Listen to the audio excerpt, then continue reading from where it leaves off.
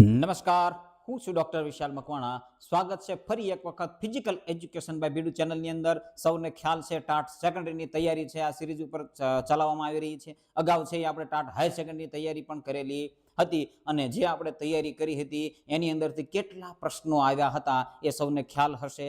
લગભગ 50 થી 60 જેટલા પ્રશ્નો છે એ આપણે તૈયારી કરી હતી. એટલે કે જો કે દરેક પ્રશ્ન છે તૈયારી કરી હતી એની અંદરથી જ આવ્યા હતા, પણ 50 થી 60 પ્રશ્નો જે છે એ છેલ્લા 4 વિડીયો જ્યારે આપણે અપલોડ કરેલા માસ્ટર કી જે લઈને આવ્યા હતા, માસ્ટર ક્લાસ લઈને આવ્યા હતા, જે મેન્સની ચાવી લઈને આવ્યા હતા, એ 4 વિડીયોની અંદરથી 60 જેટલા પ્રશ્નો છે એની અંદર આવેલા હતા. સૌને ખ્યાલ છે. એટલે આપણે ખૂબ જ ધામધૂમથી તૈયારી કરાવી રહ્યા છીએ અને તમે પણ તૈયારી કરી રહ્યા છો. ખૂબ ખૂબ અભિનંદન. તો આજે છે આપણે ધોરણ 10નું પ્રકરણ છે, 8મું પ્રકરણે પહોંચ્યા છીએ અને એની ચર્ચા કરવાના છીએ. હવે આપણા સ્પોર્ટ્સના પ્રકરણ આવી જાય છે એટલે હવે આની અંદર છે એ ખૂબ જ ઝડપથી આપણે ચાલીશું અને એવું બનશે કે વધારે બહુ લાંબો વિડીયો નથી તો આપણે જેમ ગયા વિડીયોની અંદર આપણે એમસીક્યુ પાછળ જોઈન્ટ કરી દીધા એવી જ રીતે એમસીક્યુને પણ પાછળ જોઈન્ટ કરી દઈશું. તો આજે શરૂ કરીએ મધ્યમ દોડ અને રિલે રમત છે એ બંને ઇવેન્ટ છે આપણે આની અંદર આ પ્રકરણની અંદર છે એટલે એને આપણે સમજવાના છીએ.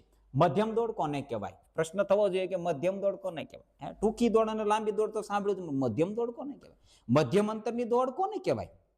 હવે અહીંયાથી વિડીયો છે એ જો કે અહીંયા આપી દીધેલું છે એટલે આપણે બોલી દઈએ છીએ કે દોડના મુખ્ય 3 પ્રકાર છે: ટૂંકી દોડ, મધ્યમ દોડ અને લાંબી દોડ. કેટલા પ્રકાર છે? 3 પ્રકાર છે દોડના. અને આ માર્ગદર્શિકાનો ઉદ્દેશ્ય શું છે?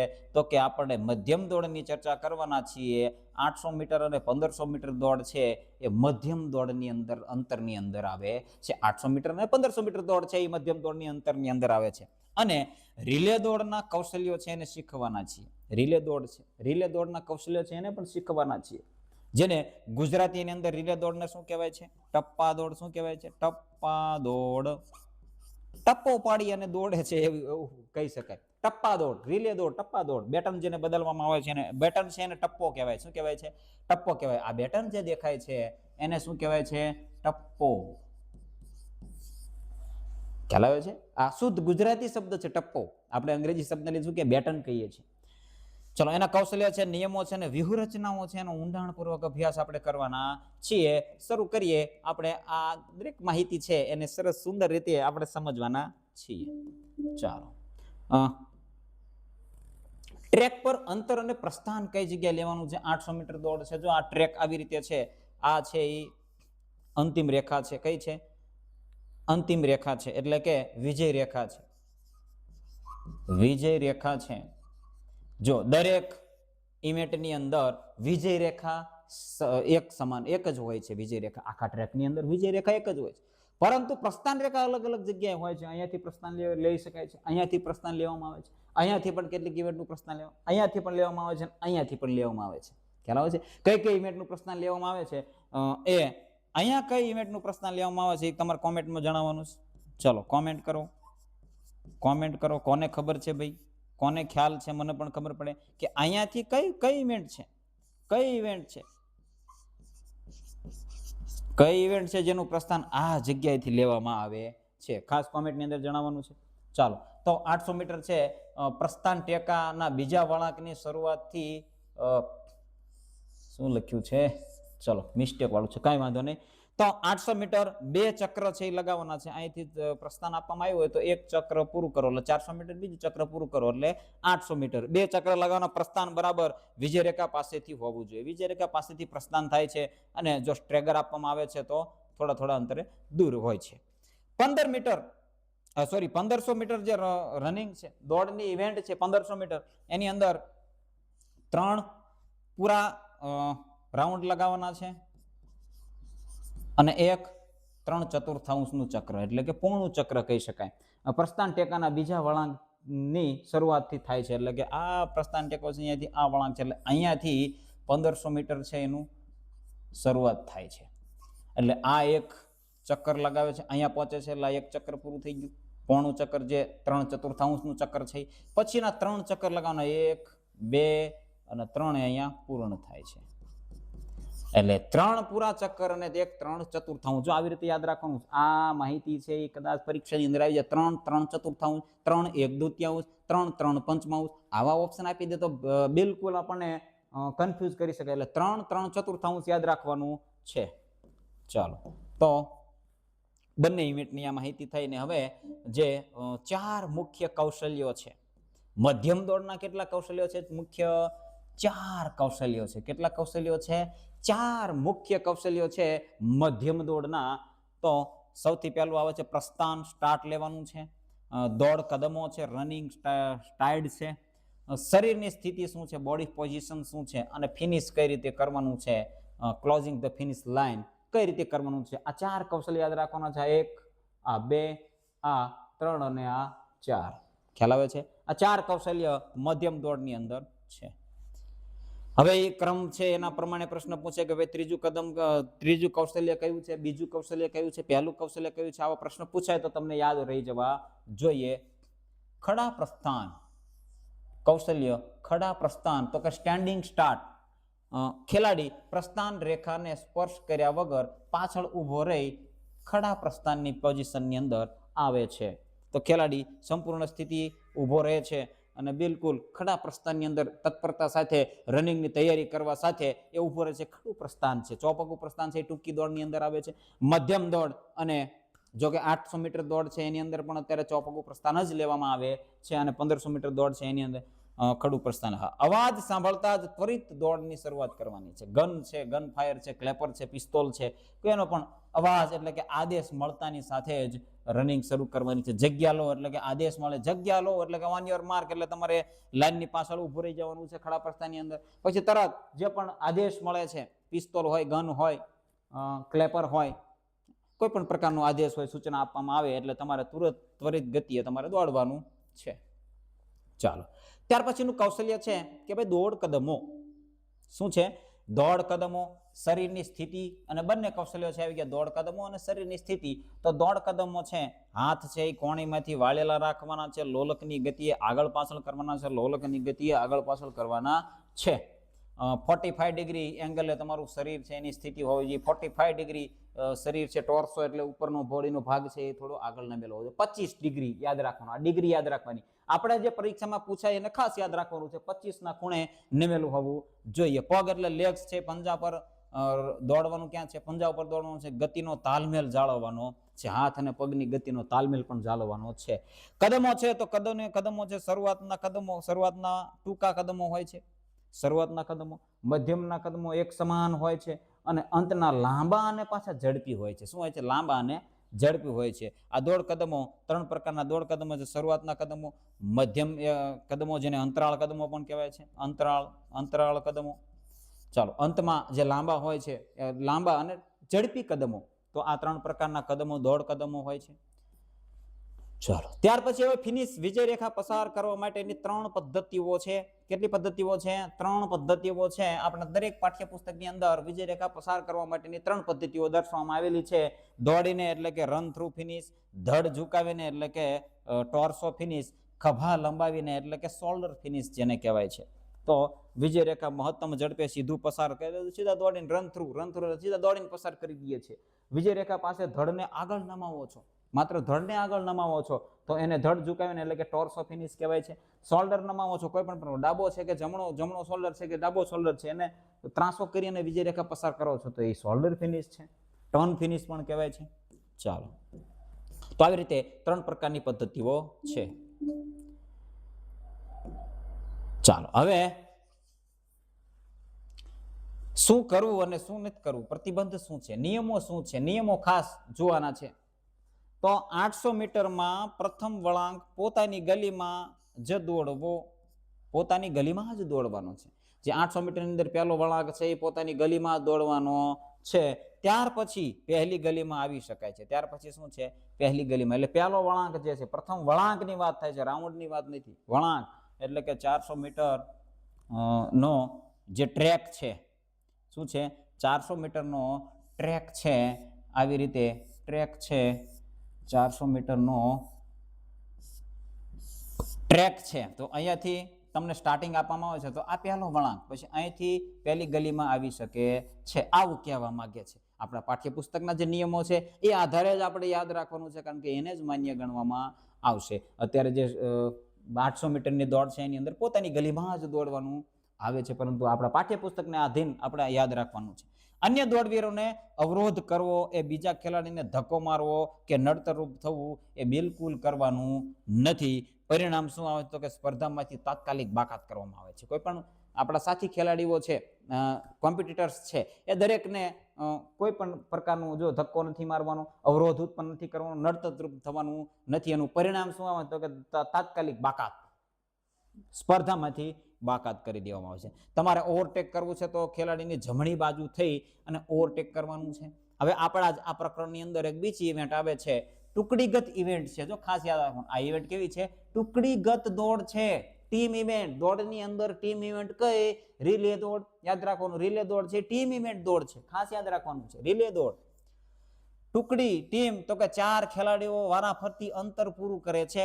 4x400 મીટર હોય કે 4x100 મીટર, બે પ્રકારની રિલે આવે છે, 4x400 અને 4x100 મીટર. 4x400 એટલે 4 ખેલાડીઓ 400 નું અંતર પૂરું કરે છે. 4x100 એટલે 4 ખેલાડી છે 100 મીટરનું અંતર પૂરું કરે છે. આપણા પાઠ્યપુસ્તકને 4x100 છે એનું આપણને આની અંદર આપવામાં આવેલું છે. ચલો, તો 4x100 અને 4x400 મીટર બે પ્રકારની ઇવેન્ટ આવે છે, ટીમ ઇવેન્ટ. રિલેના 3 મુખ્ય કૌશલ્યો છે, પ્રસ્થાન છે, ટપ્પો બદલ છે અને ફિનિશ છે. આ 3 કૌશલ્યો છે. કેટલા કૌશલ્ય છે? ખાસ યાદ રાખવાના, રિલેના 3, આગળ મધ્યમ દોડના 4 કૌશલ્ય. અહીંયા 3 કૌશલ્ય. પ્રસ્થાન લેવાનું છે એટલે કે સ્ટાર્ટિંગ લેવાનું છે, ટપ્પાને બદલવાનો છે. અહીંયા તમે જોઈ શકો છો, ટપ્પો એટલે કે આ બેટન છે, બેટનને બદલવાનું છે, અને ફિનિશ કઈ રીતે કરવાનું, ફિનિશની જે પદ્ધતિ છે એ સેમ હશે, જે મધ્યમ દોડની અંદર સમજ્યા એ સેમ પદ્ધતિ હશે એની અંદર. ચાલો, તો આગળ જોઈએ. રિલે દોડની અંદર સૌથી પહેલા બેટન છે, ટપ્પો છે. એ ટપ્પાનું યોગ્ય અને પ્રમાણભૂત માપ શું છે?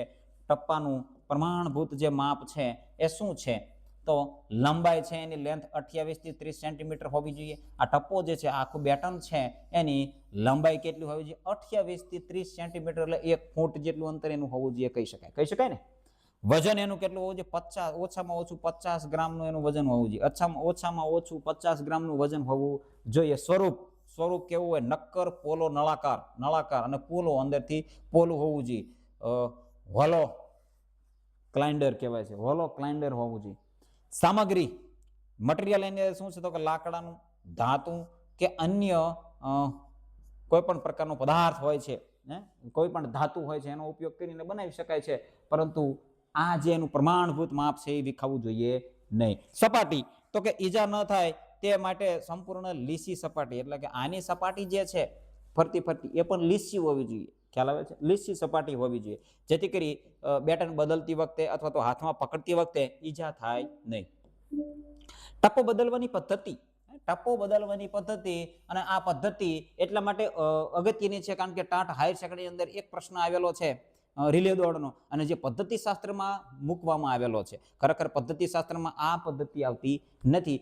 જો કદાચ 11-12ની બુકની અંદર આ રિલે દોડની ઇવેન્ટ આવતી હોત તો એ પ્રશ્ન આવતો, પરંતુ આ પ્રશ્ન પણ મૂકેલો છે. પ્રત્યક્ષ પદ્ધતિ અને પરોક્ષ પદ્ધતિ, આ બે પ્રકારની પદ્ધતિ છે જેની અંદર ટપ્પો છે એ બદલી શકાય છે. તો પ્રત્યક્ષ પદ્ધતિ એટલે પ્રત્યક્ષ સામે એકબીજાની સામે ધ્યાન રાખી અને તમે બદલી શકો છો બેટન, ટપ્પો, તો એ પ્રત્યક્ષ પદ્ધતિ થઈ. પરોક્ષ એટલે એકબીજા વ્યક્તિની આંખો મળતી નથી, એકબીજા વ્યક્તિ જોઈ શકતા નથી. પાછળનો વ્યક્તિ જોઈ શકે છે, આગળનો વ્યક્તિ જે છે જે બેટન બદલવા માટે આગળથી દોડ લગાવે છે, જેવી રીતે કે તો એને આ વ્યક્તિ દેખાતો નથી, પરંતુ આ વ્યક્તિને આ વ્યક્તિ દેખાય છે. તો આવી રીતે પ્રત્યક્ષ અને પરોક્ષ બે પ્રકારની પદ્ધતિ છે. અને આપણા જે 11-12ની અંદર એક્ઝામની અંદર પ્રશ્ન પૂછાણો 12 તારીખે, તો એ પ્રત્યક્ષ પદ્ધતિ છે જવાબની અંદર આવતો હતો. ક્રિયા શું છે? તો ટપ્પો લેનાર ખેલાડી આપનાર સામે જોઈને ટપ્પો મેળવે છે, જોઈને બેટન છે બદલે છે. ઉપયોગ, મુખ્યત્વે 4x400 મીટર રમતની અંદર આનો ઉપયોગ થાય છે. મુખ્યત્વે કઈ ઇવેન્ટની અંદર? 4x400 મીટર દોડની અંદર આનો ઉપયોગ થાય છે, કારણ કે એમાં થોડું દોડવાનું અંતર થોડું વધારે હોય છે. 100 મીટર દોડની અંદર 100x4x100 છે, એ ઇવેન્ટની અંદર છે એ માઇક્રો સેકન્ડનું મહત્વ હોય છે, એટલા માટે એની અંદર આ પરોક્ષ પદ્ધતિ છે એનો ઉપયોગ થાય છે. ક્રિયા, તો કે ટપ્પો લેનાર ખેલાડી પાછળ જોયા વગર ટપ્પો મેળવે છે, માત્ર હાથ અથવા તો પાછળનો ખેલાડી અપ બોલે છે એને ખ્યાલ પડી જાય છે કે હવે એના નજીક છું અને ટપ્પો મારા હાથથી એના હાથ સુધી ટપ્પો પહોંચી જશે, એટલે અપ બોલે છે અને હાથ સીધો પાછળ કરે છે, એટલે તરત ટપ્પો એના હાથમાં આપી દે છે, એટલે જેથી કરી આ જે ખેલાડી છે એ પણ આની જેટલી ગતિની અંદર આવી જાય, ગતિ અવરોધાય નહીં. આ ખાસ એનું એટલા માટે આ પરોક્ષ પદ્ધતિનો ઉપયોગ થાય છે. ઉપયોગ તો કે મુખ્યત્વે 4x100 મીટરની અંદર આ પદ્ધતિનો ઉપયોગ થાય છે. ચાલો, હવે જે હથેળી છે, પરોક્ષ પદ્ધતિ છે, એની હથેળી છે એને 3 ભાગની અંદર આવે છે. જો હથેળી છે એની સ્થિતિ 3 પ્રકારની હોય છે. કેટલા પ્રકારની? 3 પ્રકારની હથેળીની સ્થિતિ હોય છે. આ 1, આ 2 અને આ 3. કદાચ ચિત્રમાં AI થી બનેલું છે એટલે ચિત્ર થોડું આખું પાછું હોય છે, પણ લખાણ છે એને આપણે સમજવાનું છે. કોડિયા પદ્ધતિ અથવા તો પ્યાલા પદ્ધતિ. કોડિયા એટલે કે અથવા તો પ્યાલા પદ્ધતિ, કપ શેપ જેને કહેવાય છે. હથેળી કમર પાસે વી આકારે હોય છે. હથેળી કમર પાસે વી આકારે હોય છે. જો આવી રીતે વી આકારે હોય છે. ખ્યાલ આવે છે? જો તમે જોઈ શકો છો વી આકારે હોય છે. હથેળી જમીન તરફ, પાલ્મ એટલે કે જમીન તરફ હથેળી હોય. જો આ જમીન તરફ હથેળી હોય છે એને હથેળી જમીન તરફ. આ કોડિયા પદ્ધતિ, હથેળી જમીન તરફ અને હથેળી આકાશ તરફ. આ 3 પદ્ધતિ છે. અહીંયા પ્યાલો એટલે કે આખું કોડિયું આવી રીતે બનાવેલું હોય છે. ખ્યાલ આવે છે? આવી રીતે કોડિયું જેવું, પ્યાલા જેવું બનાવેલું હોય છે અને એની અંદર બેટન છે એ પાછળવાળો ખેલાડી આપતો હોય છે. હથેળી જમીન તરફ અને અંગૂઠો બહારની તરફ. જો અંગૂઠો બહારની તરફ રહે છે ને હથેળી આવી રીતે રાખે છે. ખ્યાલ આવે છે? આવી રીતે રાખે છે અને અહીંયા સીધું બેટન છે અહીંયા ઠપકારે છે, એટલે ઓટોમેટિક અહીંયા ઠપકારવાથી આ ઓટોમેટિક છે આ હથેળી છે બંધ થઈ જતી હોય. તમે અનુભવજો, અહીંયા કોઈ પણ પદાર્થ છે એ ફટકારશો એટલે ઓટોમેટિક હથેળી છે બંધ થશે. આ પદ્ધતિ છે. તો હથેળી જમીન તરફ યાદ રાખો. 3 પદ્ધતિ યાદ. આ પરીક્ષા માટે આપણે ઉપયોગી 3 પદ્ધતિ, કોડિયા પ્યાલા પદ્ધતિ, હથેળી જમીન તરફ અને હથેળી આકાશ તરફ. આ 3 પદ્ધતિ છે એને યાદ રાખવાની છે. હાથ પાછળની તરફ રાખી અને હાથ છે એ થોડો ક્રોસ થઈ અને આવી રીતે રાખે છે. આવી રીતે ક્રોસ થઈ અને રાખે છે. હથેળી તરફ ખુલ્લી રાખવામાં આવે છે. તો આ 3 પદ્ધતિ છે. હથેળી કઈ રીતે રાખવી બેટન બદલતી વખતે પરોક્ષ પદ્ધતિની અંદર. કઈ પદ્ધતિની અંદર? પરોક્ષ પદ્ધતિની અંદર. ચલો, હવે જે ઝોન એરિયા છે, ટપ્પો બદલની ક્રિયા માત્ર ટપ્પો જે રિલે ના કડક નિયમો છે, એટલે ટપ્પો બદલની જે પ્રદેશ છે એને આપણે સમજવાનો છે. અત્યારે આધુનિક પ્રદેશ છે એનું માપ અલગ હોઈ શકે છે, પરંતુ આપણા પાઠ્યપુસ્તકની અંદર જે માપ આપેલું છે એને યાદ રાખવાનું છે. ટપ્પો બદલ પ્રદેશ એક્સચેન્જ ઝોનમાં જે થવી જોઈએ. શું છે? ટપ્પા બદલની ક્રિયા ક્યાં થવી જોઈએ? એક્સચેન્જ ઝોનની અંદર થવી જોઈએ, ન એક્સચેન્જ ઝોનની પાછળ કે ન એક્સચેન્જ ઝોનની આગળ. તો એક્સચેન્જ ઝોન છે એની અંદર જ થવી જોઈએ. ટપ્પો પડે તો શું કરવું? ટપ્પો હાથમાંથી બેટન બદલતા અથવા તો દોડતા ટપ્પો હાથમાંથી છટકી જાય છે, પડી જાય છે, તો શું કરવું? જે ખેલાડીના હાથમાંથી પડ્યો હોય તેણે જ જાતે ઉઠાવવાનો. જે વ્યક્તિના જો બંને, એક ખેલાડી અહીંયા છે, એક ખેલાડી અહીંયા છે, આ બેટન આપે છે અને આ ખેલાડીના હાથમાંથી બેટન પડી જાય છે, પરંતુ એ બેટન કૂદી અને આગળ જતું રહેશે, તો આગળવાળો ખેલાડી છે એને લઈને જઈ શકશે નહીં. પાછળવાળા ખેલાડીએ બેટન લઈ અને ફરીથી એને આપવું પડશે. અને જો આ આગળનો ખેલાડી છે એના હાથમાંથી બેટન છટકી જાય છે અને દોડતો આગળ જતો રહે છે અને પાછળવાળો ખેલાડી બેટન સુધી પહોંચી જાય છે, તો એ પાછળવાળો ખેલાડી એ બેટન લઈને આગળ જઈ શકશે નહીં, પરંતુ આગળવાળો ખેલાડી છે એને પાછું આવવું પડશે અને બેટન લઈને ફરીથી દોડ શરૂ કરવી પડશે. આ ખાસ નિયમ છે, યાદ રાખવાનો છે. ગલી લેન, દરેક ખેલાડીએ પોતાની ફાળવેલી ગલીમાં જ દોડવાનું છે. પોતાની ગલીમાં જ દોડવાનું છે. આપલે તો ટ્રાન્સફર તો કે ટપ્પો ફેંકીને નહીં, હાથો હાથ જ આપવાનો છે. ટપ્પાને ઘા કરી દેવાનો નથી કે લે ભાઈ પકડ, આવી રીતે ઘા કરવાનું નથી. હાથો હાથ જ બેટન છે બદલવાનું છે. નિયમ એમ કે છે કે હાથો હાથ જ બદલવાનું છે. આ એક્સેલેશન ટપ્પા બદલ પ્રદેશ છે એ આપણને આપ્યો છે કે કેમ ખ્યાલ નથી, જોઈ લઈએ. આપણા પાઠ્યપુસ્તકની અંદર અહીંયા નથી આપ્યો, પરંતુ 20 મીટરનો એરિયો છે. કેટલો છે? 20 મીટરનો એરિયો છે. એ ખાસ તમારે નોંધ કરી લેવાનું છે. ટપ્પા બદલ પ્રદેશ છે 20 મીટરનો એરિયો છે. 20 મીટર આપણા પાઠ્યપુસ્તકની અંદર જે આપ્યું છે એ 20 મીટરને યાદ રાખવાનું છે. આધુનિક છે એને અત્યારે યાદ રાખવાનું નથી. 20 મીટરનો એરિયો છે એટલે આને જ માન્ય ગણશે. 20 મીટર એક્સચેન્જ ઝોન છે એ 20 મીટરનો છે, ખાસ યાદ રાખવું. ચલો, વ્યક્તિગત ગતિ મધ્યમ દોડ. આ પણ સરસ. ટ્રેક પર શ્રેષ્ઠતાનો મંત્ર શું છે? એટલે કે રિલે દોડની અંદર કે શ્રેષ્ઠ ટ્રેકની ઉપર જ્યારે શ્રેષ્ઠ તમારે પ્રદર્શન કરવું છે તો આ કેટલીક બાબતો છે. વ્યક્તિગત ગતિ ખૂબ જ મહત્વની છે. શારીરિક સહનશક્તિ 25% 25 ડિગ્રીએ નમેલું શરીર, અંતિમ ઝડપ હોવી જોઈએ, શરૂઆતથી ઝડપ નહીં પરંતુ અંતિમ સમયની અંદર ઝડપ પૂરેપૂરી હોવી જોઈએ. શ્રેષ્ઠ રમતવીર તો વ્યક્તિગત ગતિ પ્લસ સામૂહિક તાલમેલ ટ્રેક પર સંપૂર્ણ વર્ચસ્વ કરે ત્યારે એ ખેલાડી છે સફળ થાય છે. સામૂહિક તાલમેલ રિલે દોડની અંદર 4 ખેલાડીઓનો તાલમેલ ચોક્કસ ટપ્પા બદલ અને એક્સચેન્જ ઝોનનું પાલન કરવામાં આવે તો એ ખેલાડી ટીમ વિજેતા થાય છે. શું થાય છે? વિજેતા થાય છે. એ ટીમ વિજેતા થાય છે. ક્યારે? કારણ કે દરેક બાબત 4 ખેલાડીનો તાલમેલ હોય, ચોક્કસ ટપ્પા બદલ પદ્ધતિ એમને આવડતી હોય અને બિલકુલ ઝડપથી કોઈ પણ સમય ગવાયા વગર છે એ ટપ્પા બદલની ક્રિયા થઈ શકતી હોય, એક્સચેન્જ ઝોનની અંદર એનું પાલન થતું હોય, ચોક્કસ એક્સચેન્જ ઝોનનો ખ્યાલ હોય, કઈ રીતે એનો ઉપયોગ કરવો, તો આ દરેક બાબતો છે એની અંદર આવે છે. ચાલો તો આજના વિડીયોની અંદર જોઈ લઈએ કેટલો સમય થયો છે. ઘણો સમય થઈ ગયો છે અને આના પ્રશ્નો થોડાક વધારે છે તો આનાથી આપણે અલગ વિડીયો આપણે બનાવી દઈશું. આજના વિડીયોની અંદર બસ આટલું જ. બન્યા રહેજો આ ચેનલની અંદર. આવી જ માહિતી છે, સચોટ માહિતી છે એ તમને પ્રોવાઈડ કરવામાં આવી રહી છે બિલકુલ ફ્રી. હા, ખાસ કે બિલકુલ ફ્રી તમને પ્રોવાઈડ કરવામાં આવી રહી છે અને આવનારી એક્ઝામની અંદર ખૂબ જ ફાયદાકારક થવાની છે. જે મિત્રો ટાટ હાઈ સેકન્ડરીની તૈયારી કરતા હતા, હાઈ સેકન્ડરીની, તો એમને ખ્યાલ છે કે આ ચેનલમાંથી એમને કેટલું મળેલું છે. જે ટાટ હાઈ સેકન્ડરીની અંદર તૈયારી કરી છે અને આ ચેનલ સાથે અત્યારે ટાટ સેકન્ડરી સાથે ની તૈયારી માટે જોડાયેલા છે ટાટ સેકન્ડરીની, તો એક ખાસ કમેન્ટ કરી દે કે કોણ કોણ છે અને કેટલો ફાયદો થયો છે એ તમે આ કોમેન્ટની અંદર તમે જણાવી શકો છો અને મારો ઉત્સાહ છે એ પણ તમે વધારી શકો છો. અને બીજા જે મિત્રો આ ચેનલ સાથે જોડાય છે એમને આમાંથી શું મળશે આવી એમને પણ ખ્યાલ આવી શકે. તો જય હિન્દ, જય ભારત. આજના વિડીયોની અંદર બસ આટલું જ. બને રહેજો આ ચેનલની અંદર.